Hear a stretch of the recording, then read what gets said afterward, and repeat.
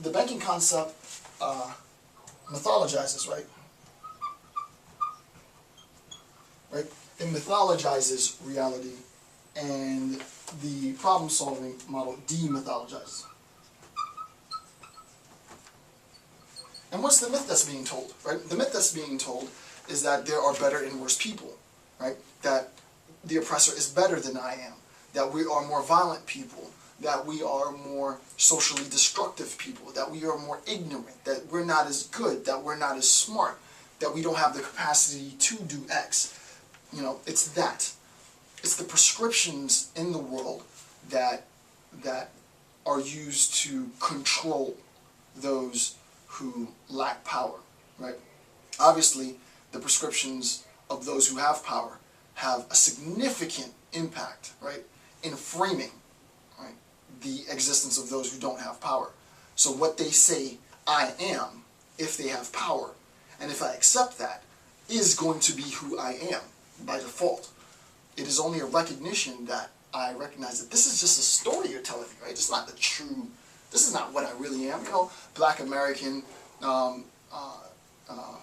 eldest of six, who, and I'm not a Black American, but a Black individual, Black man, eldest of six, product of a divorced home, you know, well, that there's a narrative for that guy, right? That narrative is he ends up in jail, he ends up killing people, he ends up selling dope, he ends up doing, there's a very clear narrative for that person. And I refuse to have that narrative define who it is that I am. And insofar as I've rebelled against that prescription, because it is a prescription, they say that it's descriptive, but what's funny is that the descriptive account never mentions people like myself, and there's a vast majority of people, not a vast majority, but a vast population of people that are like me, right? But what the dominant class has done is that they've mythologized the young Black man as dangerous and out to get you, and now it's the young Arabic man, right? He's out to blow up the world and kill everybody, right? So you know, the Black guy and the Muslim guys and the Arab guys, we sort of suffer the same plight. We got the same lot in life, right? We're the bad guys. But, you know, it is what it is. What we've done is, as a society of oppressed people, is we've turned towards the aspects of our lives that have not been accounted for. The fact that we're fathers, the fact that we're brothers, the fact that we're uncles, the fact that we raise the standard and respectability of a people. And we change the discourse, right? We demythologize the myth, the current myth, by demonstrating habitually that we are not what you think we are, right? You're not going to tell me who I am. I'm going to tell you who I am. That type of good grassroots fighting, right? It's good stuff. Obviously, the banking concept, I'm not going to write that down because it's sort of obvious now. The banking concept dehumanizes, the problem-posing model humanizes, and the last point for the banking concept is that it assumes completion or permanence, right? Assumes permanence.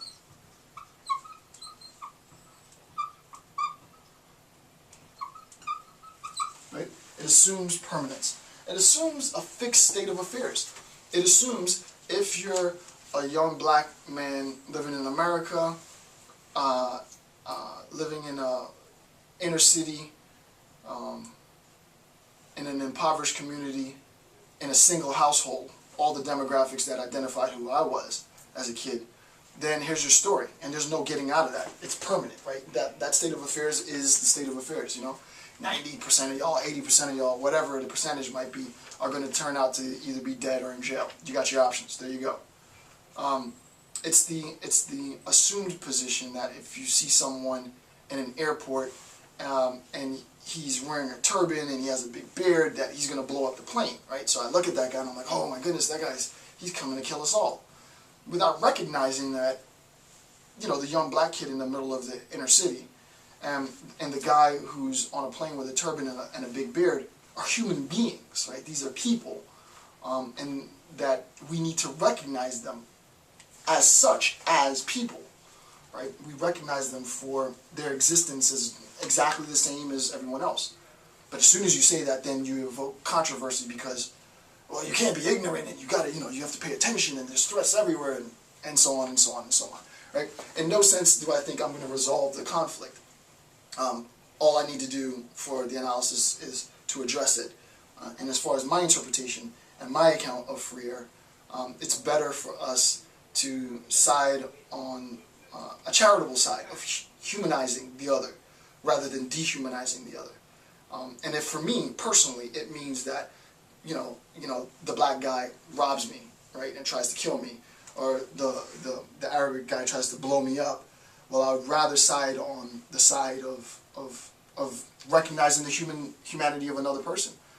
And if I get got, I get got. But at least I didn't dehumanize the person in the process, right? This attempt to dehumanize as a preemptive way of self-protection is a problem for all of the problems. Obviously, on the problem-posing model, it assumes just the opposite of permanence, right? It assumes change. It assumes change. It assumes transformation. And we talked about the process of transformation. Transformation here. The transformation of K to K1. The transformation of K prime. The transformation of K prime to, K dual prime. What have you. So it's, life is a transformative process.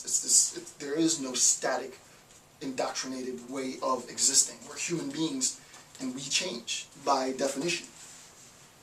And then lastly, the oppressed group, obviously, for the problem-posing model. The oppressed group has to fight for their recognition and their freedom, for their emancipation. And I just want to end the analysis of Chapter 2 with a quote from Freire. And he says, quote, "Any situation in which some individuals prevent others from engaging in the process of inquiry is one of violence." Right? I'll read that again. Any situation in which some individuals prevent others from engaging in the process of inquiry, right? I don't want you to think critically.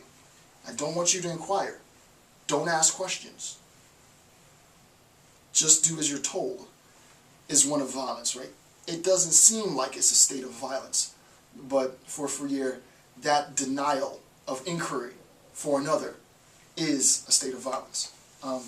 With that being said, this concludes the first half of Paulo Freire's Pedagogy of the Oppressed. I've gone through Chapter 1 and Chapter 2 with you. As I said, we're now 13 hours into the lecture. Chapter 3 is pretty long, actually. I think it might be the longest of the 4 chapters. So there might be a sort of disproportional account. I don't know if we're exactly halfway in. But we'll do Chapter 3 and Chapter 4 in subsequent videos. And again, feel free to download the notes and follow along for the next series. With that being said, thanks again for watching the video. I'm Dr. Jason J. Campbell. Have a good day.